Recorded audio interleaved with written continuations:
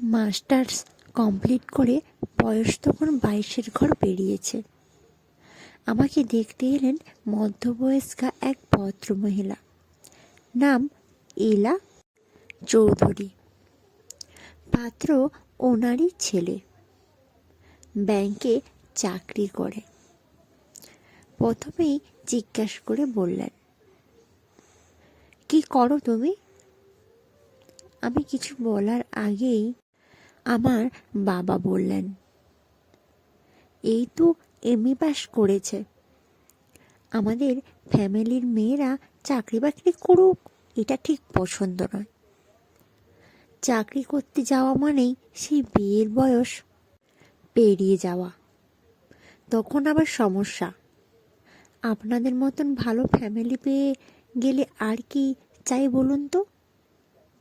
বাবার কথাগুলো শুনে উনি আমার দিকে তাকিয়েই বললেন, নিজে প্রতিষ্ঠিত না হয়ে বিয়ের জন্য প্রস্তুতি নিচ্ছ? আজকালকার মেয়ে তুমি, বিয়ের পিঁড়িতে বসার আগে নিজে স্বাবলম্বী কিনা এটা ভেবে আগে। বাবা শুনে বললেন, আপনি কি চাকরি করা মেয়ে খুঁজছেন? উনি হাসলেন, বললেন, নিজে একজন মেয়ে, সেই হিসেবে আমি এটাই বলবো, মেয়েরা নিজের পায়ে দাঁড়িয়ে বিয়ে করুক। বিয়ে তো আমি করব না, করবে আমার ছেলে। তাই যে মেয়ের সাথে আমার ছেলের বিয়ে হবে সে স্বাবলম্বী হোক, আমি অন্তত এটাই চাই। অন্যের ওপর নির্ভর করে আর সারা জীবন বেঁচে থাকাটা পরাধীনতা ছাড়া কিছুই নয়। কথাগুলো শুনে ভালো লেগেছিল। ওনার প্রতি রেসপেক্ট বেড়ে গিয়েছিল সেদিন থেকেই। মনে মনে চেয়েছিলাম এই ভদ্রমহিলার সাথেই আমি যেন আমার সারাটা সংসারটা করতে পারি। জীবনে এমন একজন মানুষেরই সহযোগিতা খুব দরকার, যিনি অন্তত মেয়েদেরকে বুঝবেন। এই ঘটনা আজ থেকে 15 বছর আগের। আমি এখন চাকরি করি, একটি সরকারি স্কুলের শিক্ষিকা। ভগবান বোধহয় অন্তরিক্ষে বসে আমার মনের কথাটা সেদিন শুনেছিলেন। তা না হলে 4 বছর পর কেন আবার ওনার সাথেই সম্পর্কের বাঁধনে বাঁধলেন? জীবনে চলার পথে পথদর্শক হিসেবে পেয়েও গেলাম ইলা দেবীকে।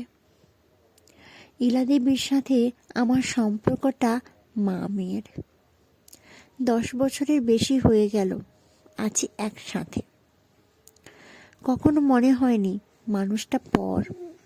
কে বলেছে রক্তের সম্পর্কের ছাড়া আপন হয় না? পরকে আপন করার ক্ষমতা সবটাই ওই মানুষটার থেকে পাওয়া। একদিন আমাকে বলে বসেন, শম্পা, তুই আগের জন্মে আমার নিজের মেয়েই ছিলি। তা না হলে তোকে এত ভালোবাসে কেন বলতো? আমিও হেসে বলেছিলাম, মামনি, আপনার মতন ভালো মানুষের সাথে যে থাকবে সে এমনি ভালো হয়ে যাবে। ভগবান বোধহয় কিছু মানুষকে একদম আলাদা করেই পাঠান। 10 বছর একসঙ্গে থাকতে গিয়ে কখনো দেখিনি কারোর সাথে সামান্য বিষয় নিয়ে ঝামেলা হয়েছে। সে কোনো পরিস্থিতিতে হাসি মুখে মানিয়ে নিয়েছেন। যার যখন বিপদ হয়েছে তার পাশে গিয়ে দাঁড়িয়েছেন। এত বড় সংসারে সবার সাথেই মানিয়ে নিয়েই চলছেন। মনের উদারতা না থাকলে এমনটা কখনোই সম্ভব হতো না। প্রথম যেদিন মানুষটার সামনে গিয়ে দাঁড়িয়েছিলাম, আমাকে সকলের সামনে থেকে আলাদা করে ডেকে নিয়ে গিয়ে বলেছিলেন, আমি দারুণ খুশি, তোমাকে আমার সহচরী হিসেবে পাবো ভাবিনি। তুমি আমার আর এক মেয়ে। কি বলবো ঠিক বুঝতে পারছিলাম না। এতটা ভালোবাসা নিয়ে কম সময়ে কাছে টেনে নেওয়াটা এক অসাধারণ ক্ষমতা। বলেছিলাম, এ তো আমার পরম সৌভাগ্য। এই সংসারে এসে আপনাকে পেয়ে আমিও ধন্য। প্রথম যেদিন আপনাকে দেখেছিলাম, আপনার কথা শুনে সেদিনই বুঝেছিলাম আপনি একজন ভালো মনের মানুষ। একটা টান আমি সেদিনই অনুভব করেছিলাম। তবে আপনাকে মামনি বলেই ডাকবো। আর হ্যাঁ, তবে আজ থেকে আমাকে তুমি করে নয়, বরং তুই করে ডাকলেই আমি বেশি খুশি হব। সেদিন থেকেই ইলাদেবীকে মা হিসেবেই দেখতাম। উনিও সন্তান স্নেহে জুড়ে নিলেন আমাকে। একটা বড় বট গাছের নিচে আশ্রয় পেলে যেমন শান্তির লাভ হয়, তেমনি জীবনে কারোর সাথে কখন দেখা হবে সেটা আমরা আগে থেকে কেউ জানতে পারি না। সেদিনই ইলাদেবীর পাত্রী দেখতে যদি না আসতেন, তাহলে হয়তো খুব অসাধারণ বা সাধারণ গৃহবধূ হিসেবেই জীবনটা কাটাতে হতো। ছোট থেকেই খুব ইচ্ছে ছিল নিজে প্রতিষ্ঠিত হব, কিন্তু আমাদের রক্ষণশীল পরিবারে মেয়েদের চাকরি করাটাকে ভালো চোখে দেখতো না। বাবা বলতেন, মেয়ে হয়ে আবার কি চাকরি করবে? তখন বাবার কথাটাই শেষ কথা। কিন্তু ইলা দেবীর কথাগুলো সেদিন ভীষণভাবে অনুপ্রাণিত করেছিল আমাকে। মনে মনে ঠিক করি, বাবা যতই বিয়ে দেবার চেষ্টা করুক, নিজের পায়ে না দাঁড়িয়ে কিছুতেই বিয়ে করব না। সে নিয়ে বাবার সাথে কম ঝামেলাও হয়নি। বাবার কথা আগ্রহ করেই বিয়ের চিন্তা থেকে সরে এসে প্রস্তুতি নিতে শুরু করলাম চাকরির। মনের জোর থাকলে কে না সফল হয়। 4 বছর পর সফল হলাম, চাকরিও পেয়ে গেলাম। আজ এতদিন পর কলম ধরছি, তার কারণ হলো এই মামনি, অর্থাৎ ইলা দেবী। মনটা খুব খারাপ আজ মামনিকে বিদায় দিতে হলো আমাদের সংসার থেকে। নিয়ম একটাই, জায়গা ছাড়তেই হয়। মনটা ভারাক্রান্ত, কোনো কথাই বলতে পারলাম না। হু হু করে চোখ দিয়ে জল আসছিল। মামনির মুখের দিকে তাকাতে পারছিলাম না। আসলে ভালোবাসার মানুষটা একটু দূরে থাকলে ভালোবাসাটা কমে না, শুধু একটু শূন্যতা থাকে। নিজের হাতে যে মানুষটা তিল তিল করে তিলোতমা করে তুলতেছিল, সে মানুষটা কাল থেকে আর এ সংসারে আসবে না। এটা ভাবতে গিয়েই কান্নার চোখ ভরে উঠছিল তখন। তবে মামনিকে বলে দিয়েছি, যখনই ইচ্ছে হবে তখনই চলে যাব তোমার কাছে। মামনিও বলেছে, অবারিত দ্বার, যখন খুশি চলে আসিস। তোর জায়গাটা যে আমার হৃদয়ে। পৃথিবীতে কত অলিখিত সম্পর্ক থাকে যার কোনো দলিল নেই। হৃদয়ের দলিলে সে হয়ে যায় চিরদিনের বন্ধু। পরকে আপন করার ক্ষমতা, এ যে অনেক বড় গুণ। এখন মধ্যরাত, ঘড়ির কাঁটা বলছে 12:45। আমার 4 বছরের ছেলে বাবার গলা জড়িয়ে ঘুমোচ্ছে। শ্বশুর শাশুড়ি স্বামী সন্তানকে নিয়ে সুখের ভরা সংসার আমার। পুরনো দিনের কথা খুব মনে পড়ছে। বিয়ে ব্যাপারটা বিধাতার পুরুষের হাতে। যার সাথে যার লেখা আছে তার সাথেই তাকে গান শোনা বাঁধতেই হয়। মামনির ছেলের সাথে আমার আর বিয়েটা হয়নি। দেখতে এসে মামনি বলেও ছিলেন, মেয়েদের চাকরি করাটা খুব দরকার। তুমি চাইলে আমি ছেলেকে রাজি করাবো, আগে চাকরিটা পাও, তারপর বিয়ে। মামনি রাজি থাকলেও মামনির ছেলে রাজি হননি। ততদিন ওয়েট করতে রাজি নয় ছেলে। সে কথা মামনি কল করে জানিয়ে দিয়েছিলেন। এজন্য আমার একটুও আক্ষেপ হয়নি। বিয়ে অপেক্ষা স্বাবলম্বী হওয়াটা জরুরি ছিল তখন।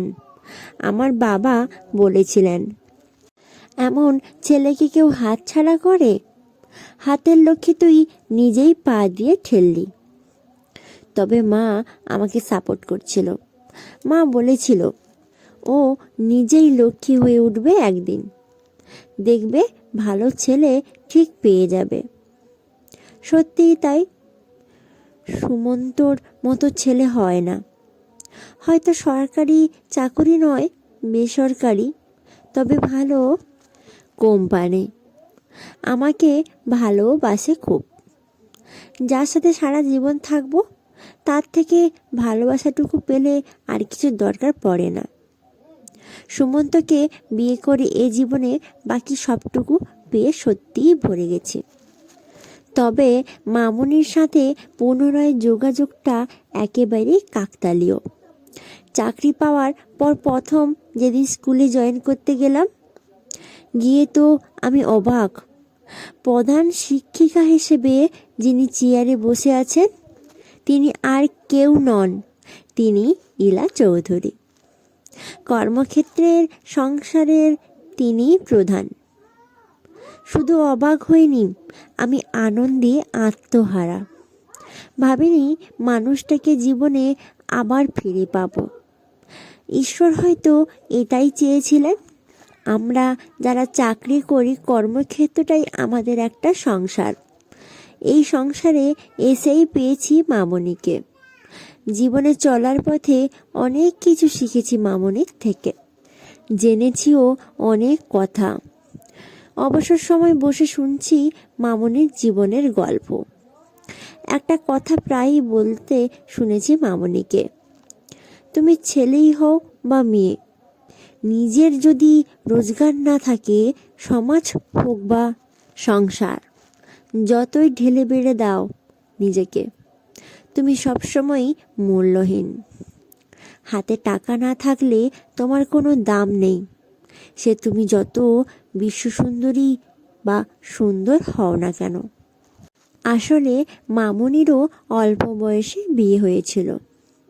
শুধুমাত্র নিজের রোজগার ছিল না বলে অনেক কথাই শুনতে হয়েছিল। বিয়ের 1 বছর পর মামনির ছেলে হয়।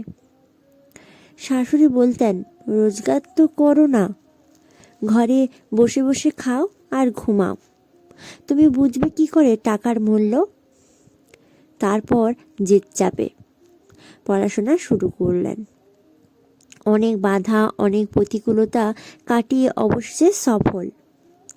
জীবন কাকে কোথায় নিয়ে গিয়ে দাঁড় করাবে কে বলতে পারে। প্রায় 11 বছরের কর্মক্ষেত্রের সংসারে মামনির থেকে পেয়েছি রাশি রাশি ভালোবাসা।